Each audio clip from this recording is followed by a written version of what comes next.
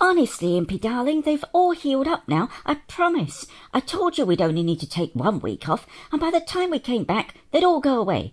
Everybody gets chicken pox, you know. Well, nearly everybody. Don't worry any more, Impy. Come on, we're live. Oh, Bert. Oh. Hello, everybody. This is Lacey. I'm sorry I've been away. I wasn't a well girl. But we're back now, and I hope you've had a pretty 2 weeks. We've had a hectic 2 weeks, haven't we? What with 2 new day babies and 1 in and out of hospital, and you not a well girl. And Dicky. Oh, if you insist, and Dicky. But never mind that now. What do you want to remember today? Can I have that story you told me? That new story about my beautiful fluffy white rooster, Rocco the rooster, and the strawberries. Oh, yes, I'd nearly forgotten about that one. Okay then, ready for the magic? Yeah. Magic voices fill the air. Magic memories take us there. No, don't. We don't like it, do we, Icky? It feels all dull, doesn't it, Icky? Impy, darling, I have to put this on. It'll make them stop itching and get better. It will, I promise. Look, these are the last few. But we don't like it, do we, Icky? I know, it's never nice when you're not a well girl. Look, I tell you what, you let your Bert do these last few on your arms, and when they're all done, you can have a surprise. Oh. What kind of a surprise? Oh, it's a lovely surprise, but you won't know what it is if you don't let me put calamine on you. All right. Now, you be brave, Icky. We have to have calamine on us so that our spots will heal up and stop itching. So I don't want to see you trying or making a noise. Is that clear, Icky? That's right. Just like that. You see? That's not so bad, is it? Honestly. All that fuss just about a little bit of calamine lotion. Really icky. Let's turn over so you can do the sound. Now come on, turn over, Icky. That's better. And as soon as this is all done, we can get to have a surprise. We like surprises, don't we, Icky? There you are, all done. Now, Oh, what's the surprise? well, just let me wipe my hands first. Pass me a tissue, Impy. Right, pass me tissue, Icky. There we go. Thank you. That's better. Give me that. Put it in the bin. Now, what about my surprise? Well, guess who's got a present all the way from Ireland? Lacey Lou? That's right, Lacey Lou. Here you are then. Oh, that is Daces. Who sent me something from Ireland, my bird? Sent? Oh, all right. Who sent me something from Ireland, my bird? Oh, Impy.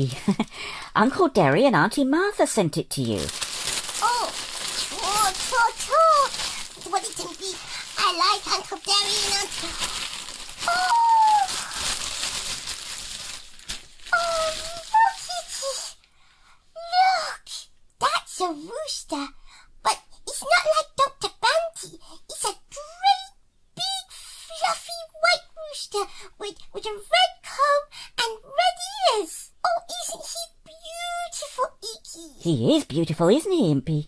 And he's so soft. Do you think he and Dr. Banty will like each other? Well, maybe they wouldn't at first, but they'll be friends in time.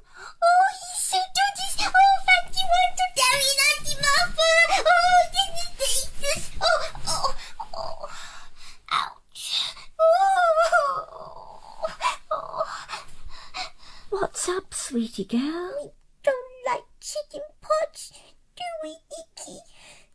We want to get up and bounce around, and we can't. We don't feel a well girl or a well Icky. It's all right, Lacey loves.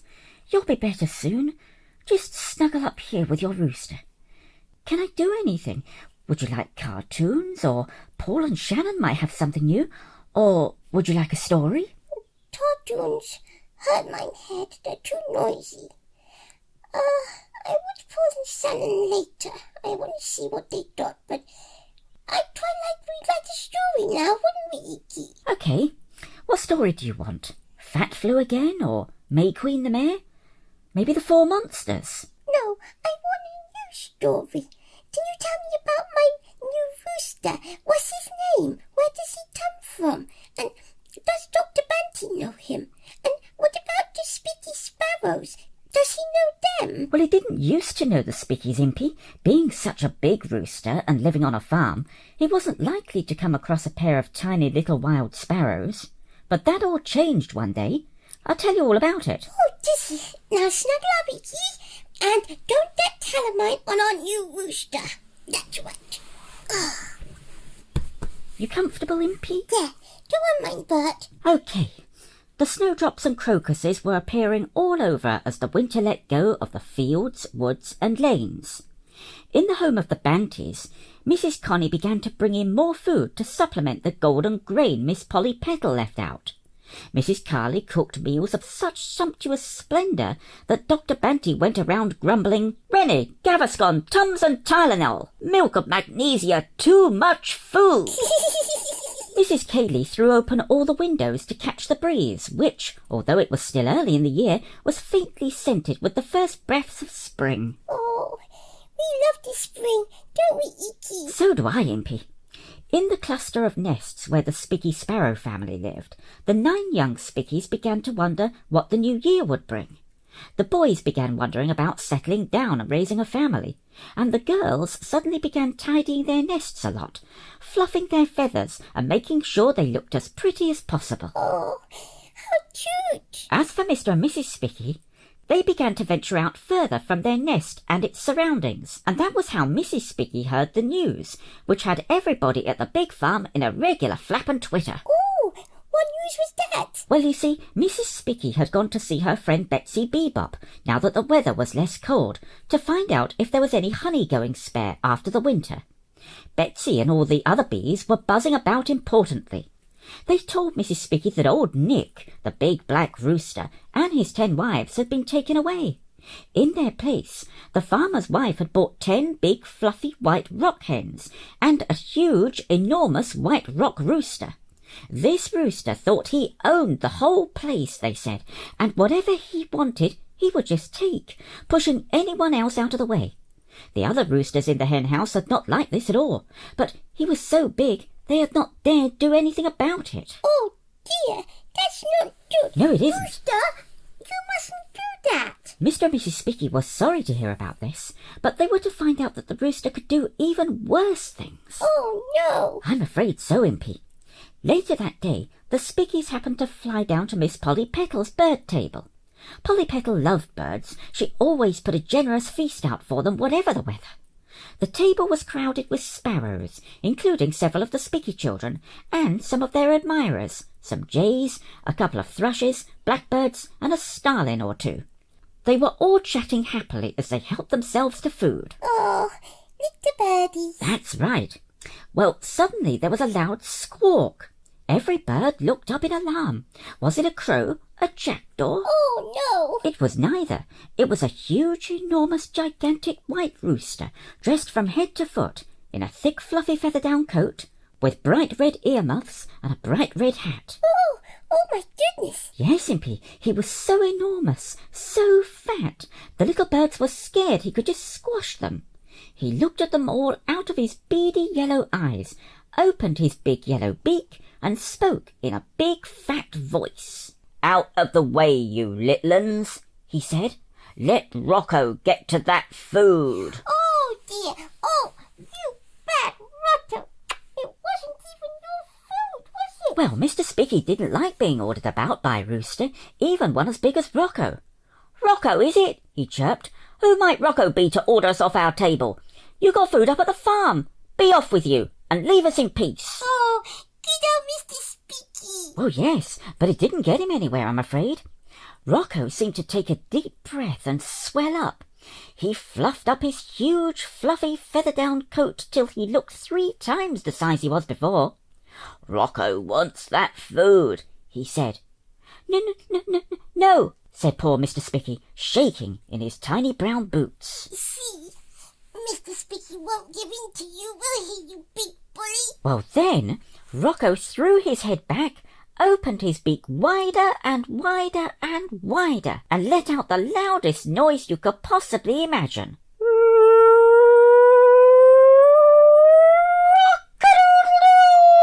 Oh my goodness. Yes, indeed. He took a big breath to say it again, but once had been enough. Every single bird had flown away in terror, even the Spickies.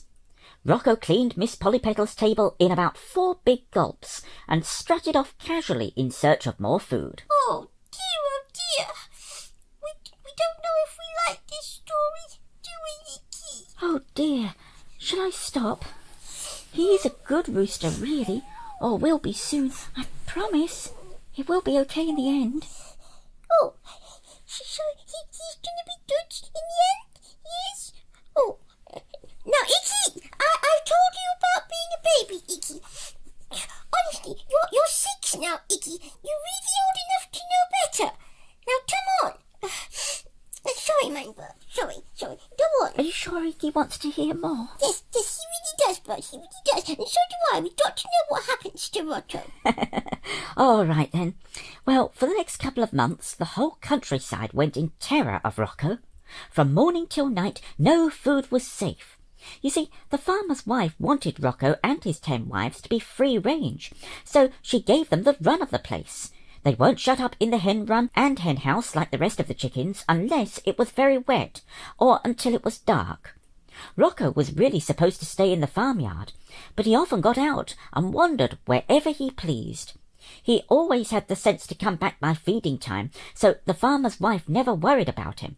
But it meant Rocco could take food from anywhere and everywhere. Bird tables, gardens, fields of crops, even the feeding bowls of pet animals fed outside.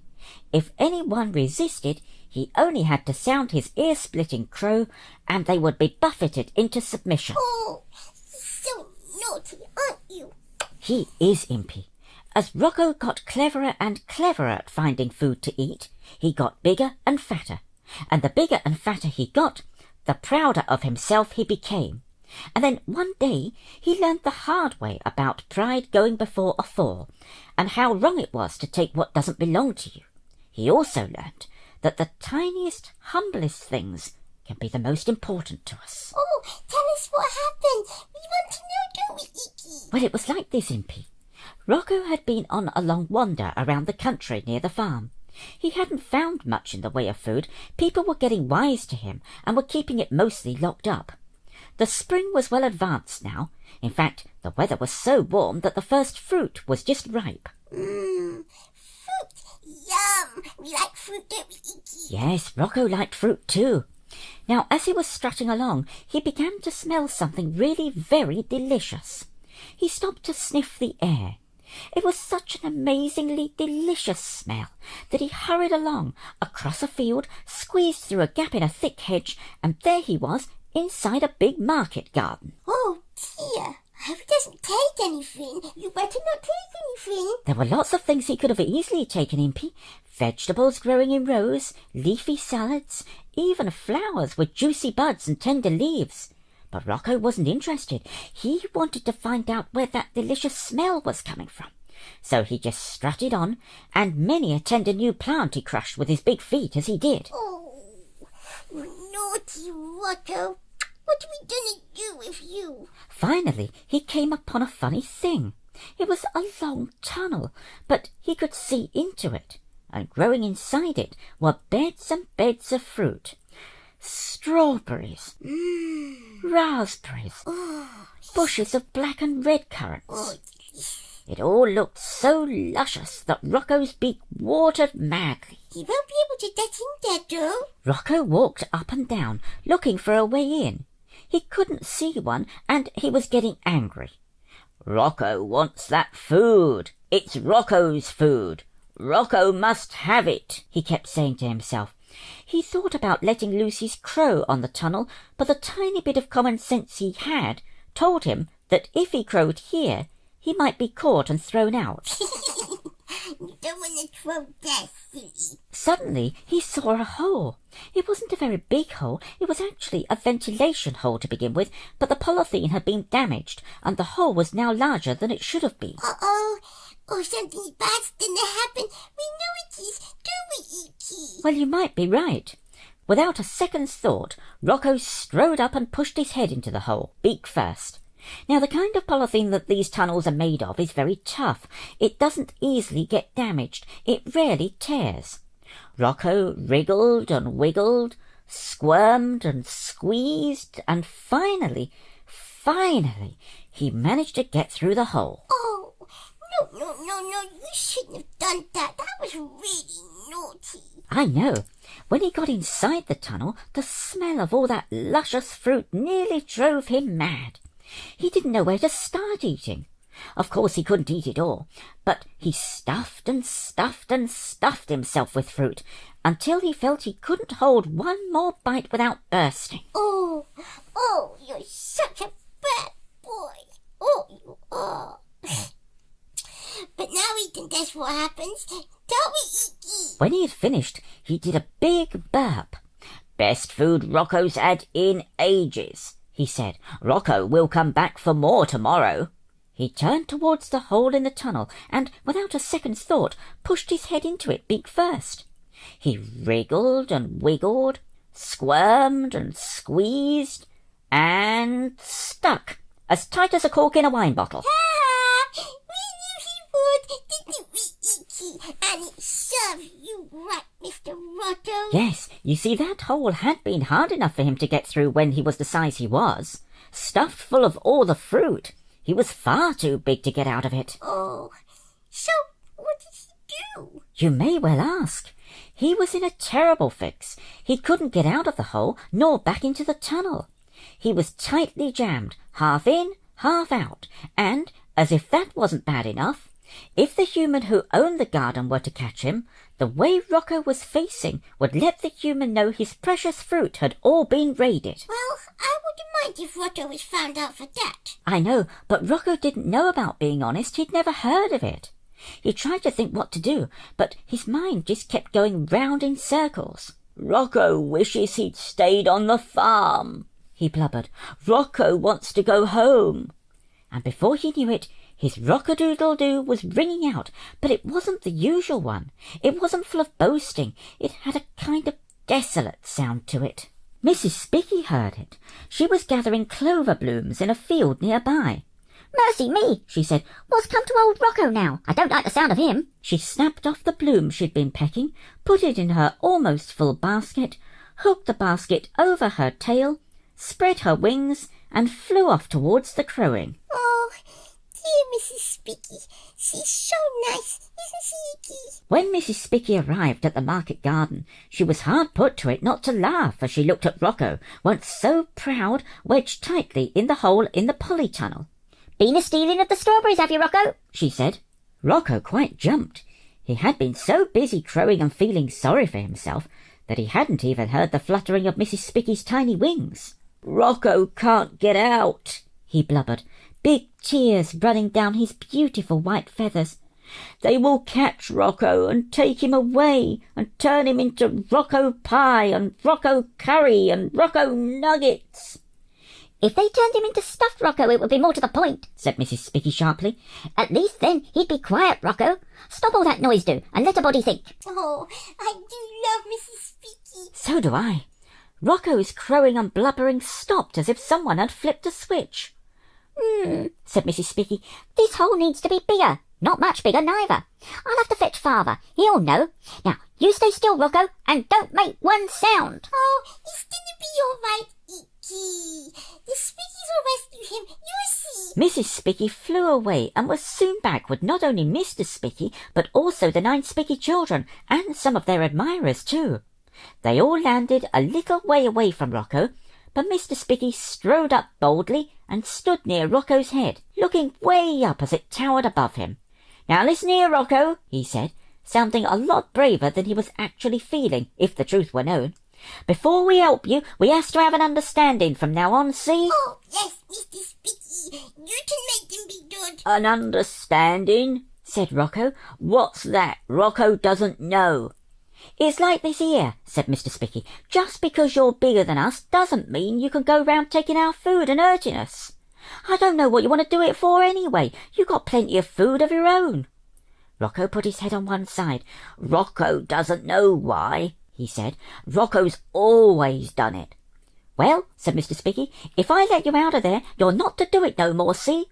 All us birds that live round here, even the chickens and bantams, we get along and help each other, and we don't like birds who bully every bird and make 'em all scared." Yes, you tell him, Mr. Spicky. Rocco put his head on the other side. "Rocco doesn't know getting along," he said. "It means," said Mrs. Spicky, coming closer, "having birds that like you, having birds who are nice to you, being friendly, not having to fight or shout all the time." Rocco lifted his head back up. "Rocco would like that," he said.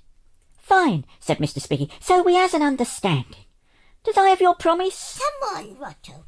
Come on, be a good rooster, promise. "Rocco promises," said Rocco, and for the first time the sparrows could have sworn he almost smiled. Then over a dozen sharp little beaks went to work on that hole. Polythene is very tough, and the only thing that will hurt it is something sharp. Soon there was just enough extra room for Rocco to squeeze himself out of the hole. Oh, Rocco, I'm so glad you got out and that you're going to be nice now.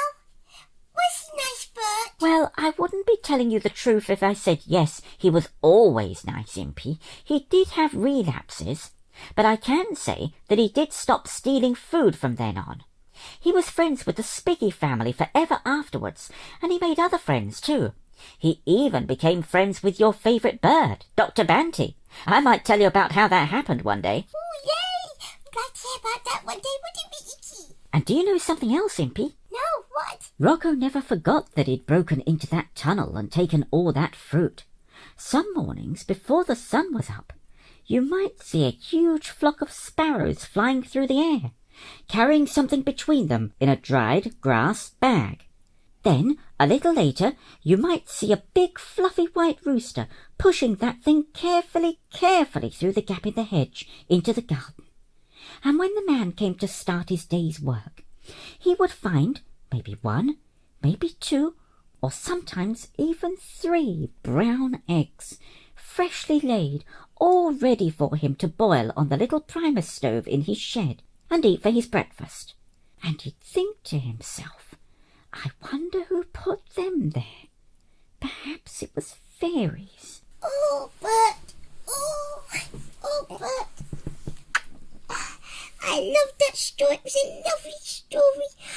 I love your stories. I love telling you stories, Impy. And I love my beautiful, fluffy white rooster that lovely Uncle Derry and Auntie Martha sent me. Come on, Rocco, let's toddle up and have a sleep. We're tired, aren't we, Eeky? All right. I'll leave the 3 of you to get some shut-eye, shall I? Sleep sweet, Lacey loves. Oh, and you, Mr. Rocco, none of your rock-a-doodle-doodling and waking our princess up. Say rock-a-doodle-doodle-doodle. He says rock-a-doodle-doodle. He doesn't. He says... You're funny. We love our... No, you don't love me anymore. You love that Icky and that silly rooster. You turn back and we'll watch some cartoons. Oh, yes, I like cartoons. I love cartoons. I really, really love cartoons. And we'll watch some toys on YouTube, maybe. Yeah, what's it